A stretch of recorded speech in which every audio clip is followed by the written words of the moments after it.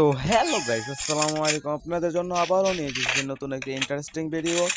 সকলে ভিডিওটা দেখেন আর এনজয় করুন। অবশ্যই চ্যানেলটাকে সাবস্ক্রাইব করবেন আর অবশ্যই পাশে থাকা বেল আইকনটি অন করে দিবেন।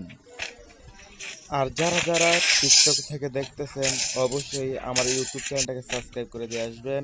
আমার টিকটক আইডিতে লিংক দেওয়া আছে।